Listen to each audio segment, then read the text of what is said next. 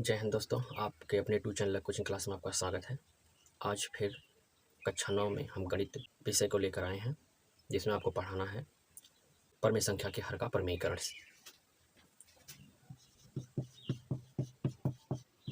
परमेय संख्या के हर का परमेयीकरण। ध्यान देंगे, हम यहाँ पे सीखेंगे कब परमेयीकरण कराया जाता है। परमेय संख्या का के हर का परमेयीकरण कब कराया जाता है? तो जब किसी परमेय संख्या के हर में कर्ण युक्त पद हो। भैया यहाँ पे अभी कर्ण युक्त पद के बारे में हम चर्चा करेंगे। सबसे पहले कॉन्सेप्ट सीखिए कि कब हम परमेयीकरण कराते हैं। तो यहाँ लिखेंगे, जब किसी परमेय संख्या के हर में परमेय संख्या के हर में कर्ण युक्त पद हो। कर्ण युक्त पद जैसे यन कर्ण चिन्ह ए हो। इस तरह से यदि कोई पद है तो इस पद को समाप्त करने के लिए हर का परमेयीकरण कराते हैं। तो ये लिखा है, जब किसी परमेय संख्या के हर में कर्ण युक्त पद हो तो कर्ण युक्त पद को हटाने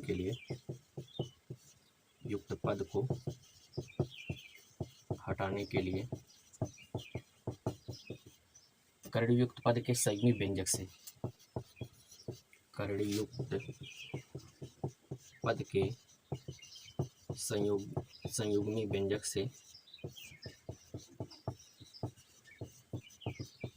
परमेय संख्या के अंश व हर में गुणा करा के कर्ण युक्त पद को समाप्त किया जाता है। कर्ण युक्त पद को कहाँ समाप्त होगा? हर में से युक्त पद को समाप्त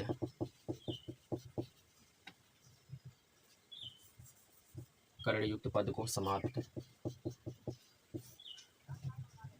किया जाता है। ये क्रिया परमेयीकरण कहलाता है। जैसे आपके सामने कुछ एग्जाम्पल रखे हैं। या आपके सामने 1/√2 है। यह एक परमेय संख्या है जिसके हर में कर्ण युक्त पद है। या यहाँ से हम दूसरा ले लें 1/√5 माइनस 1/√3। तो आप देख रहे हैं ये भी एक परमेय संख्या है जिसके हर में कर्ण युक्त पद है। इस तरह से हमें बहुत सारे परमेय संख्याएं मिलेंगे जिसके हर में कर्ण युक्त पद होगा।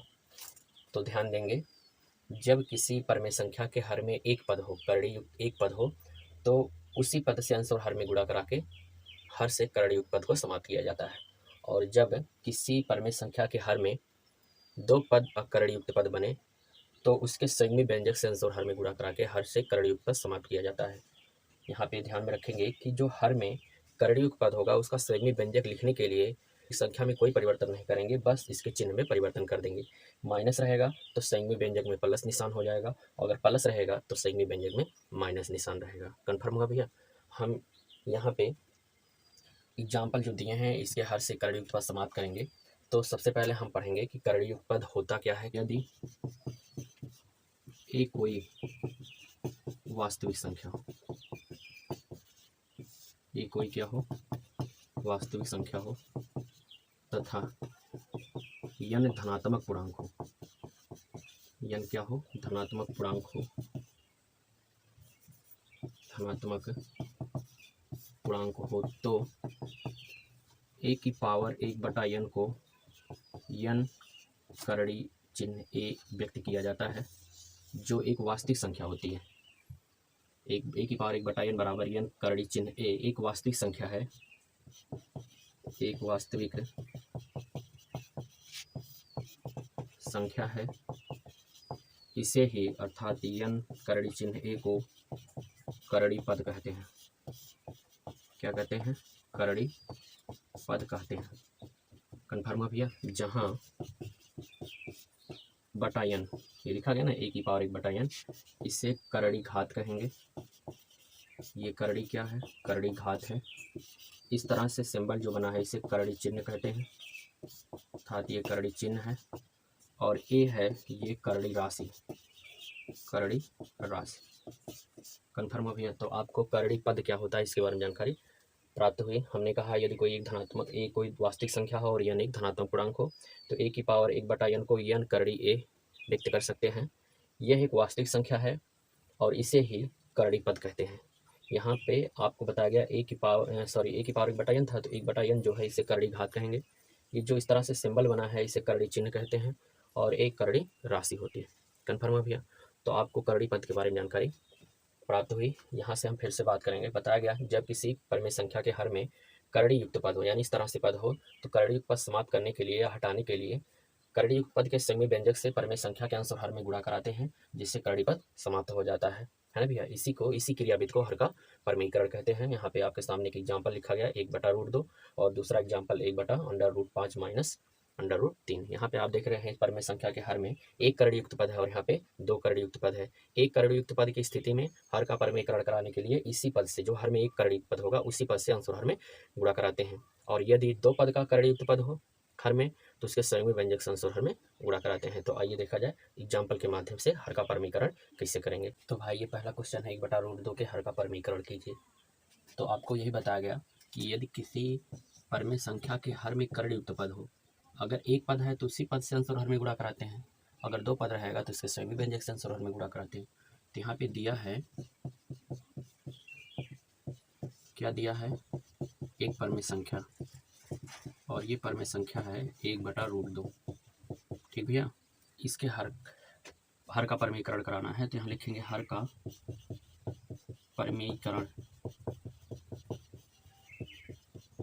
कराने पर, हर का परिमेयीकरण कराएंगे तो यहाँ आप देख रहे हैं हर में एक रूट पद है, इसी करड़ी युक्त पद से अंश और हर में गुणा करा दिया जाए। √2 का गुणा 1 में कराएंगे √2 आएगा, √2 का गुणा √2 में कराएंगे तो 2 आएगा। ये इसका क्या आ गया, आंसर।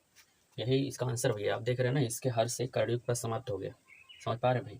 करड़ी युक्त पद समाप्त करना ही क्या कहलाता है, कर्ण कहलाता है। आइए इस पर हम ऐसे परिमेय संख्या को देखेंगे जिसके हर में दो करड़ी युक्त पद है। मेरे सामने है क्वेश्चन 5/√5 माइनस √3 के हर का परिमेयीकरण कीजिए।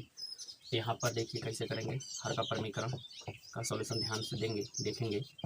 यहाँ दिया है परिमेय संख्या दिया है 5/√5 माइनस √3।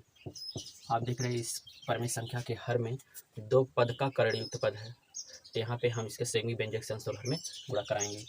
तो यहाँ आप √5 माइनस √3 का संयुग्मी व्यंजक लिखेंगे। संयुग्मी व्यंजक ये कितना होगा, √5 प्लस √3। कुछ नहीं करना है, बस जहाँ माइनस होगा वहाँ प्लस लिख दीजिएगा, जहाँ प्लस होगा वहाँ पे माइनस लिख दीजिएगा। तो यहाँ हो जाएगा।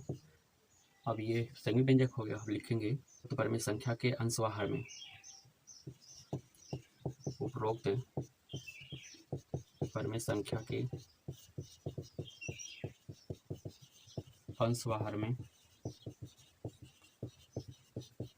कितने से, √5 प्लस √3 से गुणा कराने पर,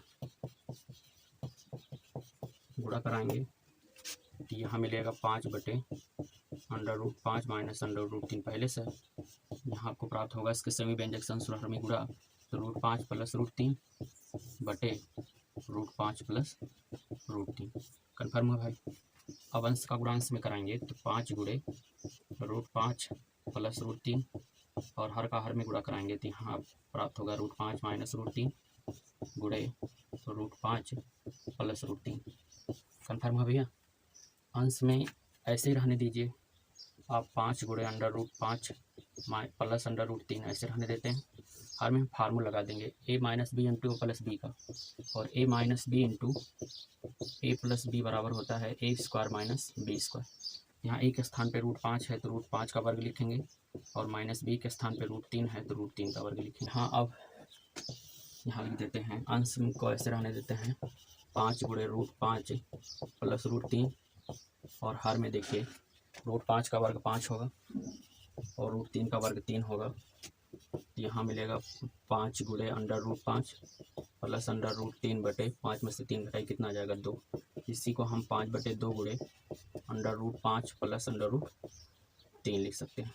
कन्फर्म हो गया? और ये इसका आंसर आप देख रहे हैं, इस परमेय संख्या के हर से करड़ी युक्त पद समाप्त हो गया और करड़ी युक्त पद समाप्त करना ही परमेय संख्या के हर का परमेयीकरण कहते हैं। इन दो एग्जाम्पल की मदद से आपको हर का परमेयीकरण करना आ गया। आप इसे नोट कर लीजिए। इस नियम का और इसके पहले वाले वीडियो में वास्तविक संख्याओं पे संक्रियाएं जो बताया गया, इन दोनों नियम का प्रयोग करके हम इसके जस्ट बाद वाले प्रश्नावली को सॉल्व करेंगे। तो भाई विश्वास है कि आप इसका नोट बनाएंगे और अपने दोस्तों को भी बताएंगे। आप भी लाभ लीजिए, उनको भी लाभ दीजिए। आगे के वीडियो हम फिर मिलेंगे, तब तक की जय हिंद दोस्तों।